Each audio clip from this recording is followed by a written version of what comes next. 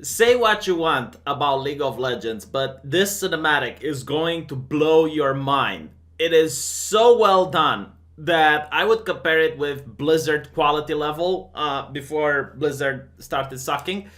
And a lot of people go like, why don't you play Dota? I'm going to be honest, it's the tits. Okay, League of Legends have boobies and they have cute characters compared to Dota, which is what is this? What is this shite?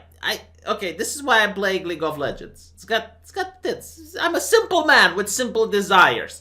And another thing that League of Legends has, which I really like, is the lore. Believe it or not, a lot of people don't like reading lore when it comes to mobile games. League of Legends has like really good lore. And this cinematic is going to just mind blow you. And it makes me want some League of Legends TV show action.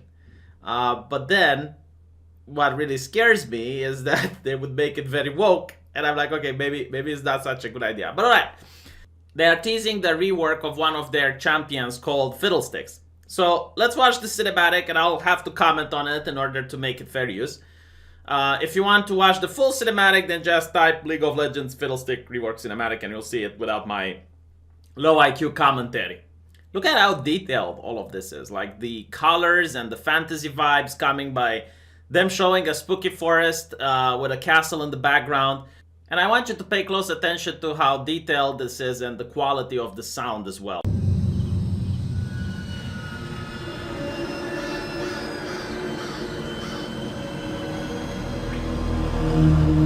A full tankard in a warm tavern was the plan.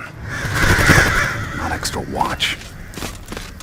Whole countryside's on edge after Fossbarrow. Yeah. Filthy mages. They show up. So this takes place in Demacia, and in the beginning of the lore of League of Legends, you have Demacia and Noxus. Demacia being the quote-unquote good guys, while Noxus being the bad guys. But as the lore started moving on and evolving, they made these kingdoms have various shades of gray. So Demacia is represented by order. Everyone has a place in its society, which is very strict. And they also have an emphasis on justice, where crimes are very harshly punished, but justice is being dealt fairly. They also have a hatred for mages. And this is in contrast with Noxus, which is a city of anarchy where only the strong manage to survive and the strong get to climb up the ranks. And oftentimes mages are the ones that are on the top.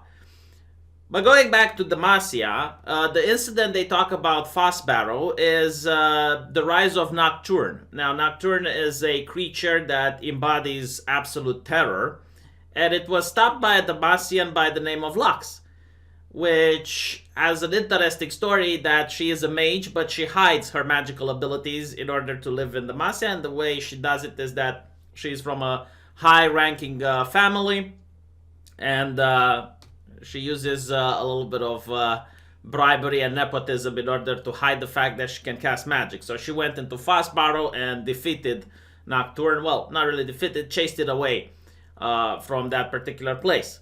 She's also tied into Silas. Fun fact, Silas has the ability to absorb magic from other mages, and when she went next to his prison, he managed to absorb her magical abilities and break free. So with that knowledge, let's see the rest of the cinematic. I promise I won't interrupt it till the end.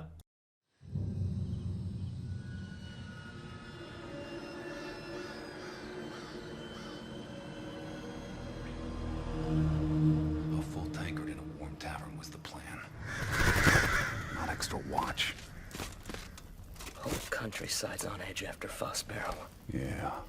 Filthy mages. They show up here. They show up here, and I'll come. Tedrick? Hey, Tedrick!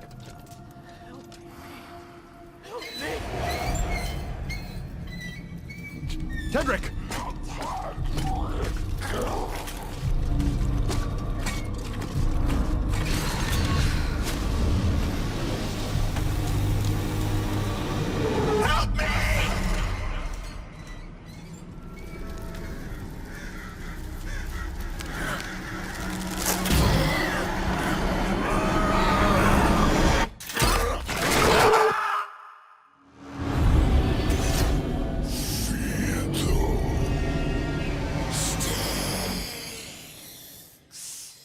I mean, come on, look me in the eye and tell me that it's just not absolutely amazing. Tell me you wouldn't like to play an adventure game similar to The Witcher in this world, the world of Runeterra. It looks just absolutely brilliant. I love how they managed to have like elements of horror within this universe and elements of absolute comedy at the same time, and they make it work.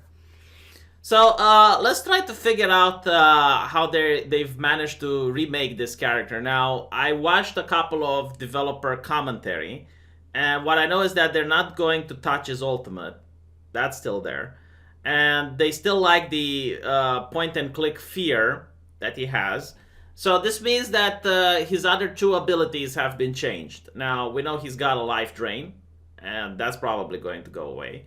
And he's got the ability to silence enemies by sending a claw, which bounces between enemies, and that's probably going to be replaced, as well as maybe his passive too. Like, in fact, I'm pretty sure they're going to replace his passive.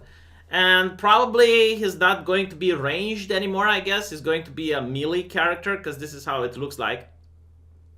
But judging from the cinematic, I think I can guess what one of his abilities is going to be. So as the soldier guy goes to inspect, he finds this fiddlestick clone. And I think he's going to be able to leave clones of himself in order to, I guess, confuse the enemy team. Very similar to Wukong and I guess Nico. And yeah, like Fiddlesticks is going to have that. We know he's not going to have any invisibility, so that's not something they're adding. The developers have said so. But other than that, I mean, this looks really great. So we do have a couple of leaks on how this character is going to look in game. I will leave a small video for you guys to watch in the end. Let me know what you think, and if you enjoyed this video, please share it around, and let me know in the comment sections what you think.